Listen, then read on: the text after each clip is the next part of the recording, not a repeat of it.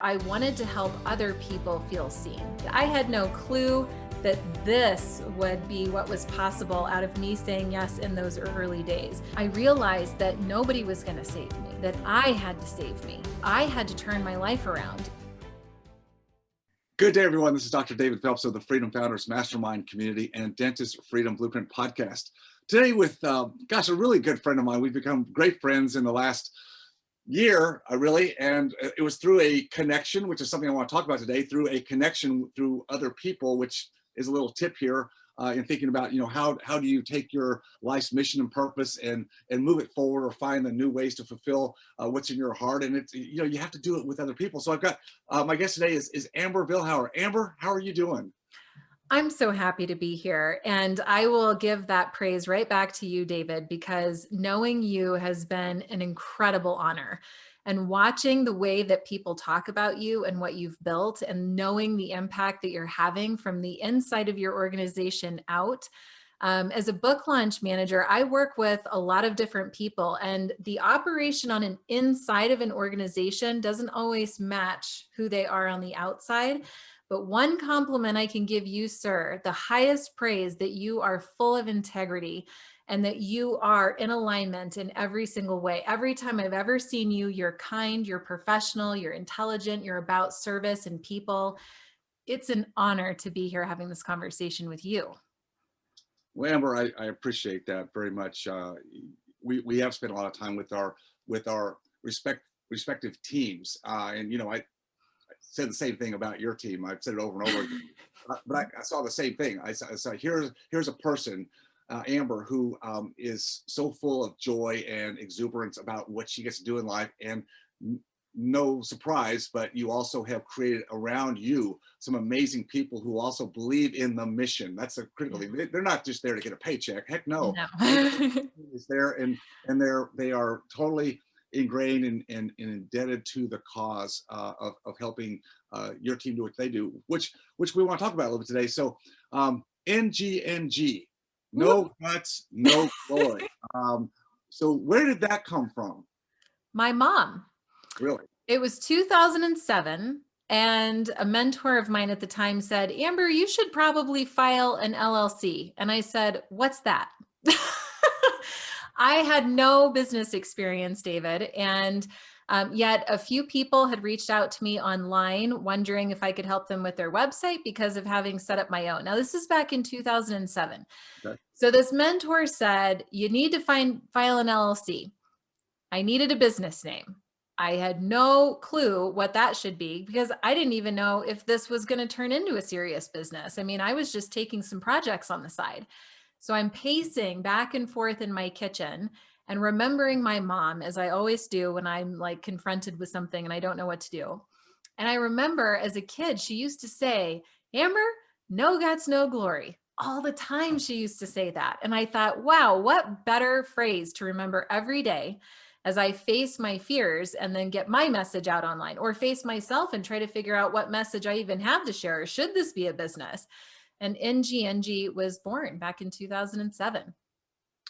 I'm just curious, what was it about your mother that she had developed that mantra? Because in life, most people, the majority, Amber, as you well know, tend to trade freedom and exploration, especially after we get past our childhood years, right? Which is a time where typically kids explore everywhere. You have to put them on a leash to pull them back. But as we mature in life, we tend to gravitate towards what we think is safety. So we want to find a safe career. We want to have safe relationships and don't want to rock the boat. And where did your mom come from with this no guts, no glory? I'm just curious, what experience had she had in her life where she had to maybe push through some areas in her life? Was there something there That's a great question. Yeah, my mom was born on a tobacco farm in West Virginia. She had very aggressive, sort of abusive parents. They moved out to Arizona when she was young. And, near Tucson, pretty small town. She met my dad in high school. They got married.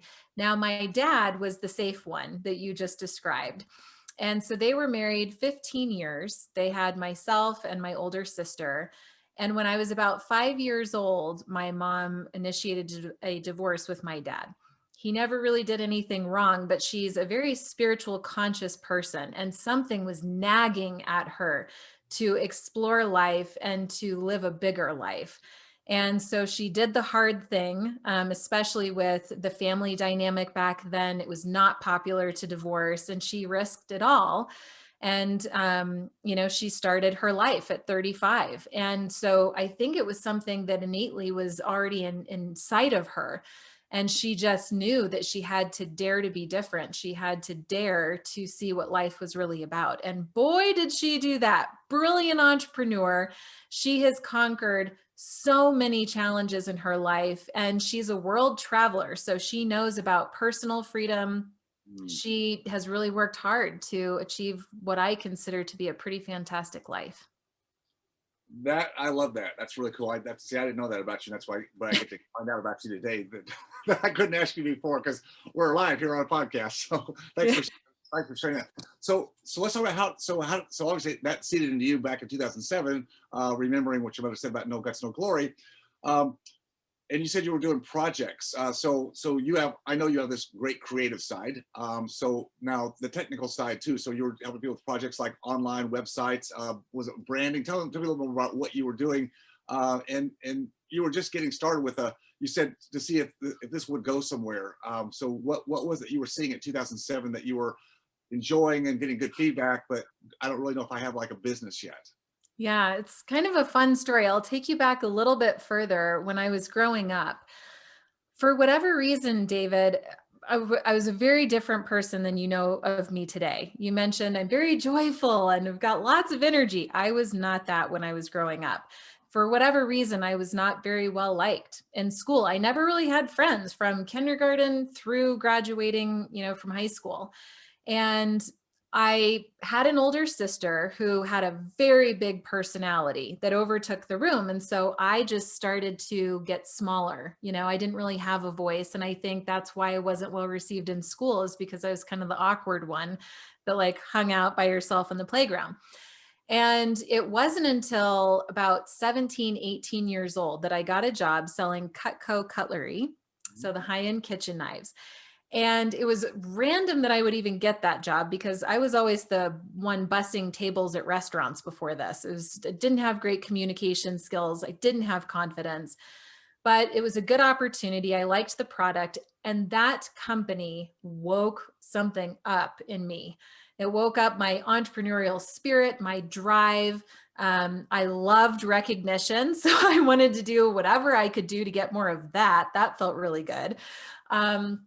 And I started to be well received for the first time in my life.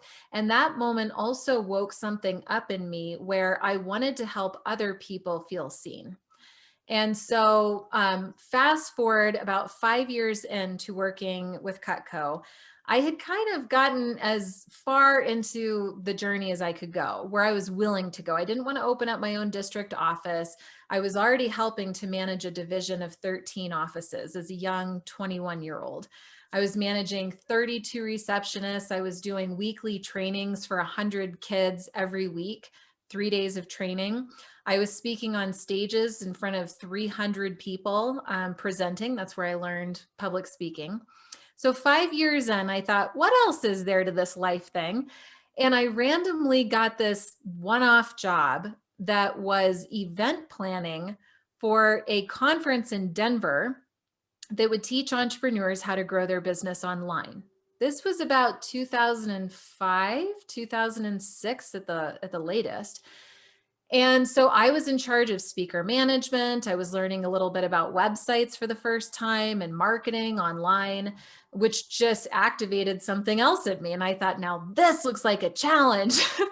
And I was learning from the speakers who are some of the most brilliant internet marketing experts of all time, even to this day. Were speaking on the stage. Like people who created Google AdWords were Wow. speaking on that stage. I went home from that event, David, and I taught myself code. And I built my own website. It was a terrible looking website. And I started researching on my own about search engine optimization, funnels, webinars, affiliate marketing. I started blogging about the things that I was learning. And randomly, this one man from Canada reached out to me and said, "Oh, I see that you do website work. Can you help me with mine?" And I thought, I guess, I mean, I don't know anything about that, but sure. I'll just do whatever I just learned and see if it works. I was terrified. And what also happened, interestingly enough, out of the audience at that event, there was a woman who owned a publishing company in California. And I guess she observed my project management busy work.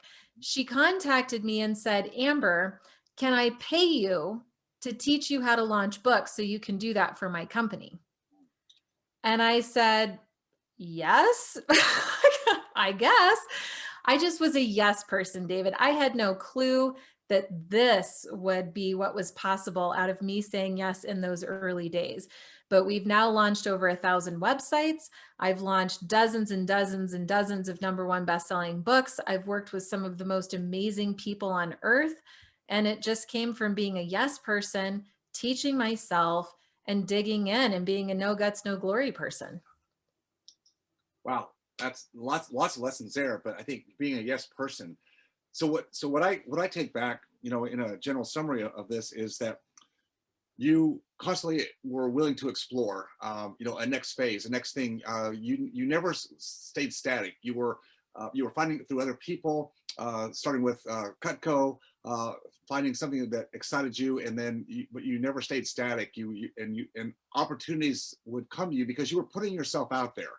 You you weren't afraid to try some things. Yet you admit, and I think everybody would who's tried something for the first time. Well, speaking in front of people, oh my gosh, or taking on a project for somebody who wanted It's the so website. And scary. goes, well, I don't think I'm the best in the world, but geez, somebody thinks maybe I could do it. So, but what I'm saying is you took a shot. You took a shot at something, and I think a lot of people again are afraid to do that. Well, I don't think I have the degrees. I haven't studied enough. I need a certificate or something on the wall that says I'm. No, why wait till someone anoints you? You put yourself out there by blogging, being in the event planning arena, managing all these other people, finding skill sets that I'm guessing you didn't take specific courses to learn how to do this stuff. You were just finding some innate skill sets that were there with you that just needed to be able to blossom. Would that be fair? Yes, and I'll tell you where it comes from. There's a critical piece to this story that I left out. And honestly, I forgot, which has never happened before. But I was very lonely growing up, as I mentioned. I didn't feel like I had a voice, and there was a depression that started to build. And when I was in my teenage years, starting in high school, it reflected in my grades. I started failing classes. I just started hanging out with people that were, quote, good enough, to match what I was feeling on the inside. And it was like my world got darker and darker and darker. And everything culminated on this one night when I was 16 years old. And I went to a party, but what I didn't realize is that that party was set up for me. And it was that night that I got jumped by 5 girls. And I was laying on the ground as these girls were beating up on me. And I remember everything got really slow and still. And I remember looking around, David, there were probably 50 kids at this party. And I thought, why is nobody stopping Right. these girls? Like, who are these girls and what's happening?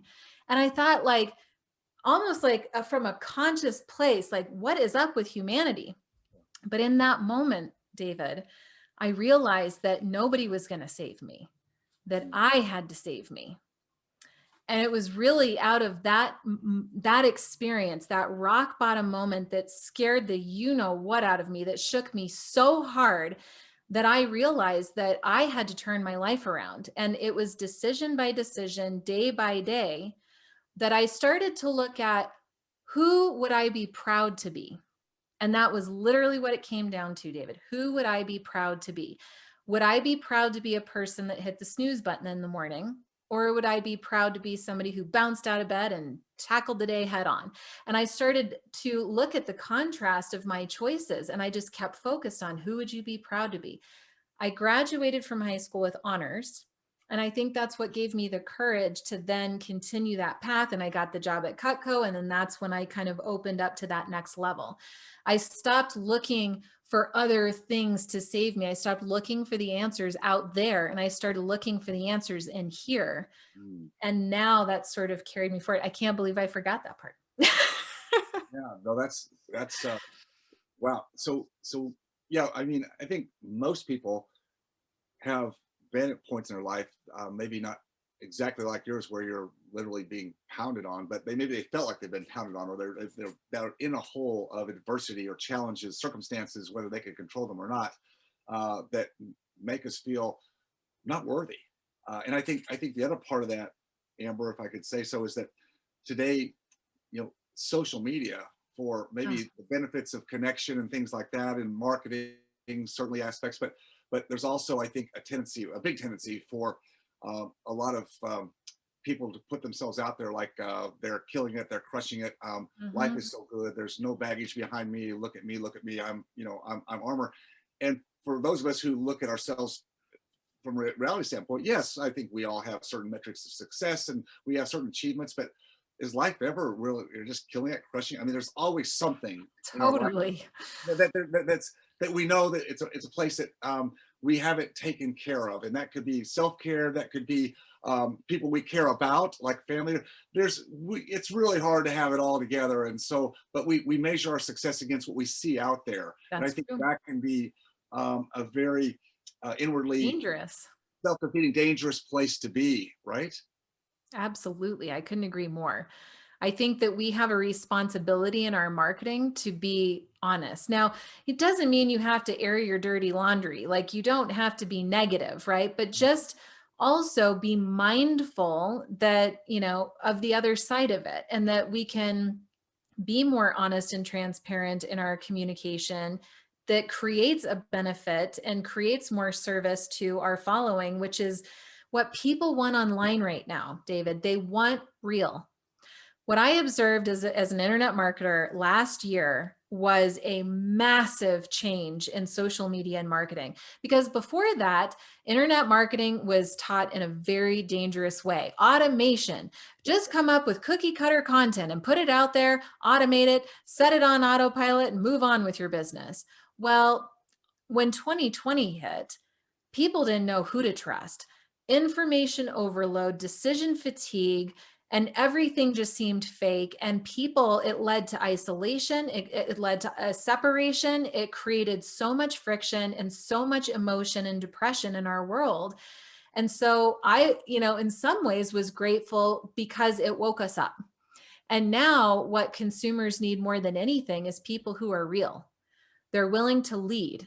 Again, there's a way to do it that's conscious, right? So, you might need some conditioning there perhaps, but we need to be real for our people and educate them on what's really happening, because I don't know. You see where I'm going with this. Yeah. People need leaders now more than ever before. Yeah, no doubt about it. Real leaders that they can trust, who are willing to share the ups and downs and the same issues in life that we all face. I mean, that's who we want. We can believe, and not people that just seem like it's always been good and they have it all Right. together all the time. Let's talk a little bit about what you enjoy and what you see your purpose with the current Amber and the Angie team. And Mm. maybe start with, because we started talking about how this started to develop.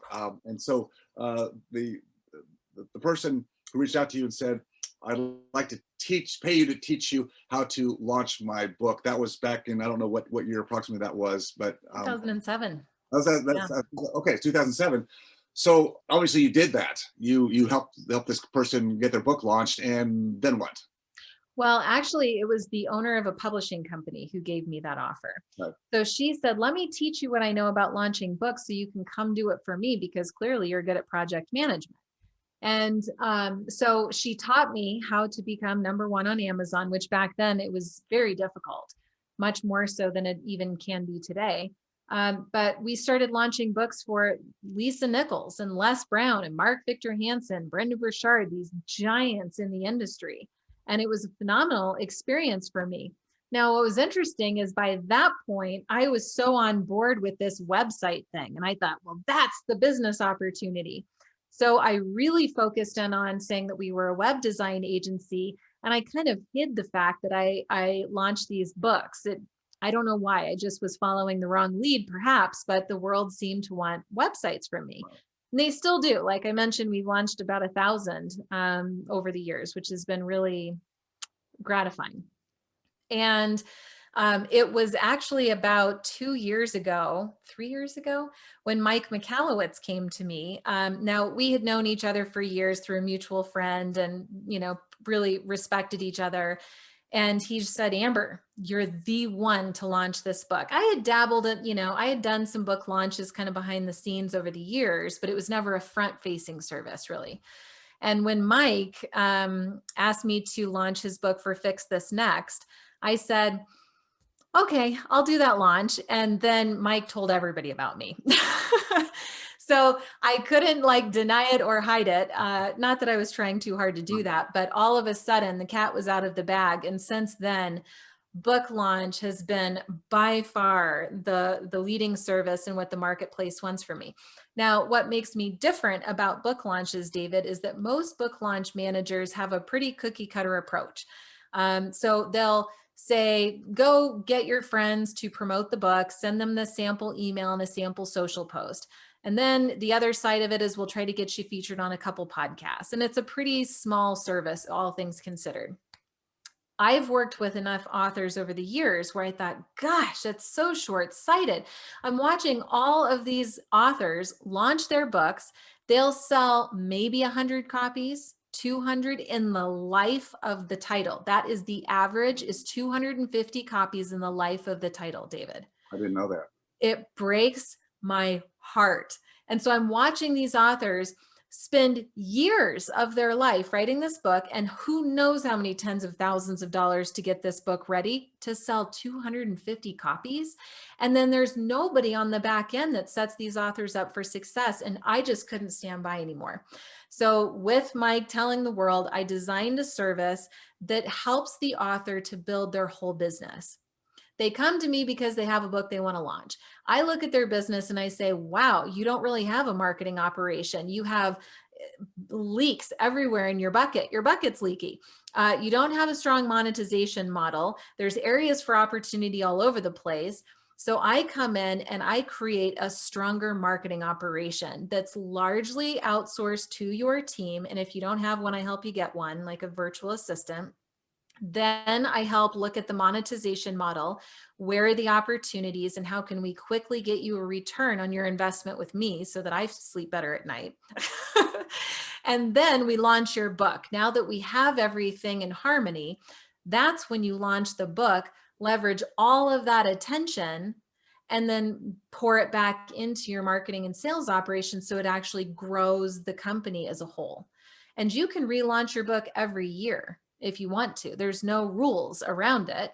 It's just a dedicated promotional period. That's all a launch is. So now I think, I see publishing companies coming to me, David, and wanting to partner. I'm working with HarperCollins Leadership and other hybrids. Authors are coming in because they see that they need to get it together if they're going to get their message out in a bigger way. And honestly, it is my privilege and honor to be there for them. It's a legacy thing for sure for me. Yeah, it's really your team and what you've set up from a strategic standpoint to help authors, those who want to raise the platform and have their book launch, get into more hands, and then have it to be a continuum. As you said, not just a one period. The book's out there and you get a couple hundred books sold. Yeah, I mean that's so disappointing and be so frustrating. But as you said, it doesn't have to be the way. It's your, and you do have a brilliant strategic mind. It's what I've seen about you. There's no cookie cutter in you at all. You take each client that you work with, whatever you're working with them on, whether it's a book launch, I'm sure same thing with websites, and you dig into what is the overarching strategy here. We're not just doing a website. We're not just doing a book launch. It's like, what's the long game here, right? What's the long game? And sometimes, to be quite honest here, many people who are in a business or something, they don't quite know sometimes, right? You just get involved in something and you kind of follow your heart, but haven't really figured out the strategy. Is what can I really do with this? And you're really good at pulling that out of people if they don't quite have that clarity. I think it's one of the Thank keys that, you. that we enjoy in life is we've got to be around, surround ourselves with other people who can help give us that clarity. Sometimes, we can be enthusiastic about something, but to be, is it going to be profitable? I mean, it has to be profitable, or you can't keep doing it. You can't keep who you want to serve the way you want to serve them if you don't have a basis there to make it profitable. Yeah, I want to do a book launch and I'll pour thousands and thousands into it, and poof, what did that do? I'm in the hole, instead of on the other side of it. So I think, again, the key is so much about who we know. And as you said, Mike Michalowicz, who helped kind of jumpstart you into what you love to do today. And then our connection came through Mike Michalowicz, because I was in a mastermind group with Mike, and all these connections, they I seem to kind of circle know. around, they kind of connect here and there and there. And it's like, particularly because going back to your story, you have to put yourself out there. You have to put yourself out there. You have to pay to play, meaning you need to put the time in, serve first in relationships, Oh or yeah. or invest in a tribe, a community, a mastermind, whatever it is, to start finding these people, because the right people that you create your environment around will help. Yeah. It's that collaborative that you and I both learned early, or relatively early for you, late for me, but nevertheless, Yeah. it works, right? What would again? I know that's a big part of what we talked about today, but any final words on relationship capital, I guess is what I would call it. Yeah. I mean, honestly, for me, I know that to build a relationship, I first need to be open. Now, I don't say that lightly because most people are closed, right? Mhm. We've been hurt, we've been burned, so we're closed off. We don't want to let people in. But I have conditioned myself, and that's the key word. I've conditioned myself to remain open. Because if I'm not open, I can't receive back, right? I can give and it's just going to burn me out. So, first, you have to be open. And in the act of being open and knowing what you value, and then really wanting to develop a relationship with the person in front of you, all of a sudden you can find these points of connection. By being open, I'm sharing things with you. Even today in this podcast episode, I'm sharing things that are maybe sensitive topics, but I'm doing that because that builds trust. And now all of a sudden we feel connected in a way that we can't even articulate. It's just a feeling in our bodies like, oh, wow, she shared that with me. Gosh, well, I feel like I can trust her now. I feel like I should reciprocate and share something back. And now all of a sudden we're speaking this language that's meaningful, right? And so in any relationship, I always strive to be open. I always strive to create that deeper, more meaningful connection. And then I try to over deliver everywhere I can. I'm always looking for the opportunity to go the extra mile to make it easier on the person in front of me, and without expectation of a return. And I think that's a key too. I have no clue what's going to come from this podcast episode or the next thing that I do, but I'm going to give it everything that I've got. I'm going to pour myself into it, because maybe there's somebody listening somewhere that will ultimately refer my biggest client ever to me, or whatever it is. I mean, for me, it's about the relationship and the connection, and less about the return on the income, because I know that's inevitable. Like, if you show up and you're a good person and you give to others, it's inevitable it will come back to you tenfold. So I try not to personally focus too much on that piece of it. I want to keep my ego in check, but I think relationships will take you everywhere in this life. And I think it's the thing that can lead to the most fulfillment, for sure. Really, really said, Amber. Well, Amber Vilhauer, ngng.com. You can find her, the No Guts, No Glory. Amber and her team, truly, you live a mantra. But by the way, I'm looking in your background, and we both have a similar book. Are we buying the same books on Amazon? What's going on here? No, I just have to say, Look at this great book. It's such a this good cover. book that Amber help us launch. Gosh, it's almost 2 months ago, getting close to 2 months, and our whole team just enjoyed the process immensely. You were such a big help and a big inspiration to our team, to setting the stage and really helping us see what Oh, the long game could be, which you do so well. So, Amber, it's just the beginning, David. I appreciate you so much. well, thank you. Thanks for being with us today and sharing really some key nuggets, but also be willing to be authentic in sharing, your own story and what makes you tick and makes you the person you are today. It's really been a fun interview to do. Thank you, guys.